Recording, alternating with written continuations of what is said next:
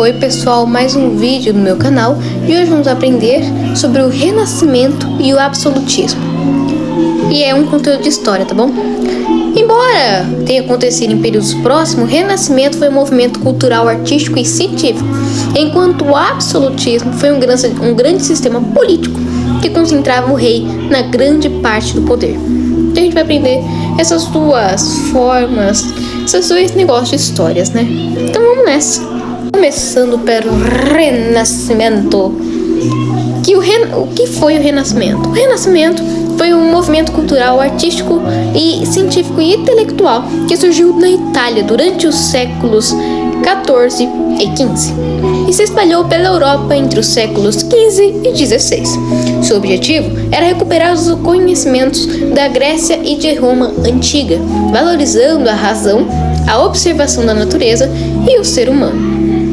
O contexto histórico que ele está situado foi durante o crescimento das cidades, durante o desenvolvimento do comércio, enriquecimento da burguesia, declínio do feudalismo, contato com obras da antiguidade clássica, invenção da imprensa e as grandes navegações que a gente vai ver no próximo vídeo. E a história, claro. As principais características desse sistema foi o humanismo, o antropocentrismo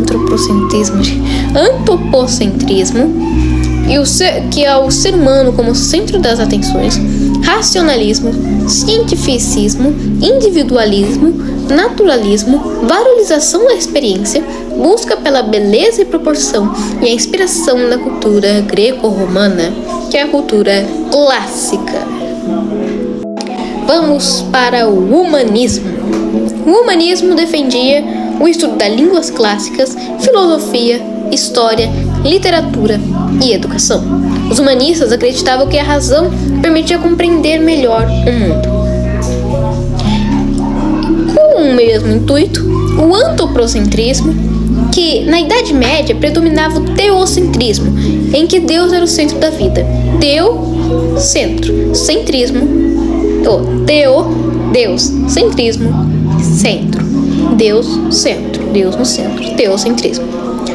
Do Renascimento surgiu o antropocentrismo, que valorizava o ser humano sem abandonar necessariamente a religião. O Renascimento, ele modificou muitas áreas na humanidade, entre elas a arte, que fez características como perspectiva, profundidade, sombra, anatomia perfeita, equilíbrio e o realismo começassem a ficar mais claros. Entre os grandes artistas estavam Leonardo da Vinci, que provavelmente você já ouviu falar que o cara foi um gênio, o Michelangelo, o Rafael, o Sandro Botticelli e o Tiziano. Obras famosas foi Mona Lisa, de Leonardo da Vinci, A Última Ceia, de Michelangelo, O Nascimento de Vênus, de Rafael Sanzio, A Escola de Atenas, de Sandro Botticelli e O Juízo Final, de Tiziano. Outro movimento foi as esculturas, que era um movimento anatomia detalhada, inspiração na Grécia Antiga. Fizeram obras famosas como o de Moisés, de Pietà e de Moisés. Outra área também foi a arquitetura, cujas características foram cúpulas, colunas, arco romano, simetria e a proporção. E também outra área foi a literatura, com autores importantes como Dante Alighieri, Francesco Petrarca, Giovanni Boccaccio, William Shakespeare e o Miguel de Cervantes. E também áreas na ciência, como grandes cientistas como Nicolau Copérnico, Galileu Galilei, Johannes Kepler e Andreas Vessalio, que fizeram a teoria heliocêntrica, o telescópio, a melhoria na anatomia humana e o uso do método científico. Com isso, também surgiram as imprensas, em que Johannes Gutenberg criou a imprensa de tipos móveis por volta de 1450. Com isso, os livros ficaram mais baratos, houve aumento da alfabetização, a difusão do conhecimento e o fortalecimento das universidades.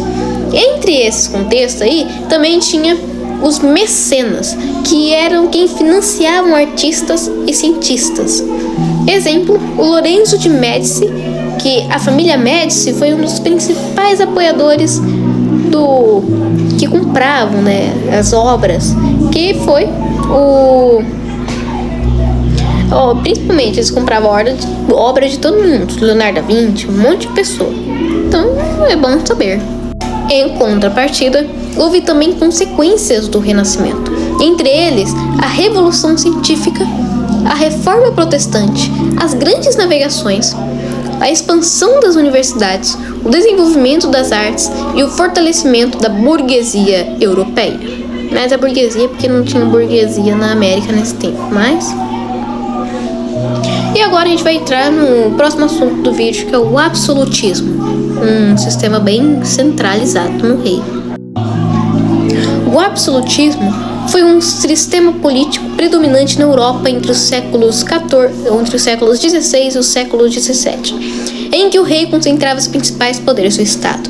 O monarca controlava a lei, os impostos, o exército, a justiça e a administração, indo totalmente contra o feudalismo, em que o rei não tinha praticamente poder sobre nada. Mas, com o Renascimento, os reis começaram a ficar mais fortes e começaram a surgir os reinos europeus, que a gente vai ver em outro vídeo, claro. Ele surgiu após a crise do feudalismo. Os reis fortaleceram seus poderes graças ao apoio da burguesia, interessada em estabilidade e para o comércio. Mas para isso ser feito, houve um enfraquecimento da nobreza feudal, em que os senhores feudais começaram a se enfraquecer, o crescimento das cidades, o aumento do comércio, a formação dos estados nacionais e a criação de exércitos permanentes. As características do poder absoluto, do absolutismo, foi a centralização política, a autoridade do rei, burocracia, exército permanente, cobrança de impostos, mercantilismo e o nacionalismo. Um monte de coisa.